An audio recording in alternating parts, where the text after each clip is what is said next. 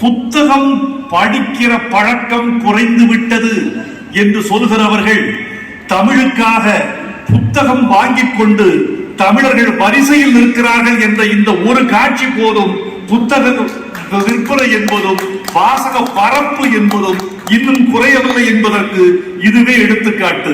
நான் மகிழ்ச்சியாக இருக்கிறேன். நீங்கள் என்னருகே வருகிற போதும் நான் தலைகுனிந்து இருப்பேன்.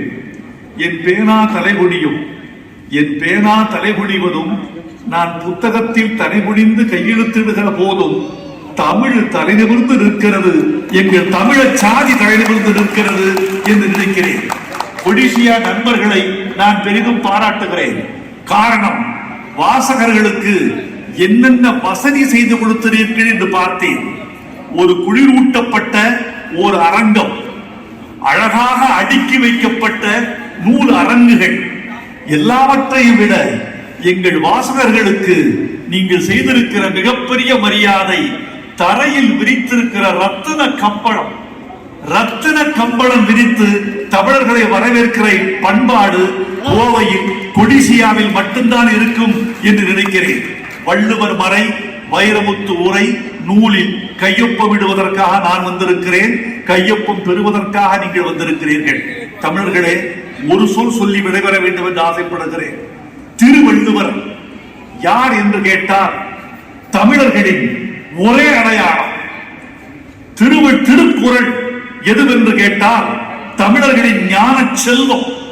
இந்த ஞான செல்வத்தையும் திருவள்ளுவர் என்ற அடையாளத்தையும் காலந்தோறும் நாம் வளர்த்துக் கொண்டே இருக்கிற போதுதான் தமிழ் அடையாளம் நிறைவுற்று நிலைக்க முடியும் என்று நான் உறுதியாக நம்புகிறேன். இங்கு பெரியவர்கள் இருக்கிறீர்கள், குழந்தைகள் வந்திருக்கிறீர்கள். பெரியவர்களுக்கு ஒரு வார்த்தை, இந்த நூலை நீங்கள் மனதுக்குள் வாசிக்கிறீர்கள். என் வேண்டுகோள், உங்கள் பிள்ளைகளை பார்க்கிற போது வாய்விட்டு வாசியுங்கள்.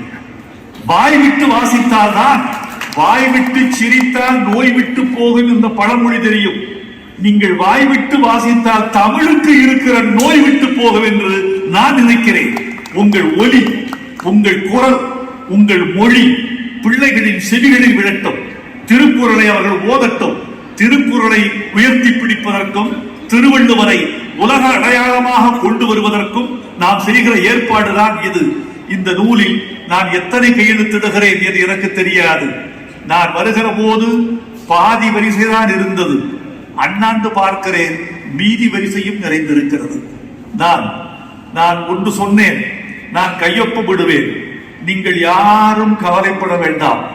வைரமுத்துவிடம் கையெழுத்து வாங்குவதற்குள் கூட்டம் முடிந்து விடுமோ என்று யாரும் ஐயப்பட வேண்டாம். நான் ஒன்று சொல்லி இருக்கிறேன், கோவையில் கொடிசியாவில் வள்ளுவர் வரை வைரமுத்து உரை நூலில் நான் கையொப்பம் விடுவேன். எதுவரை?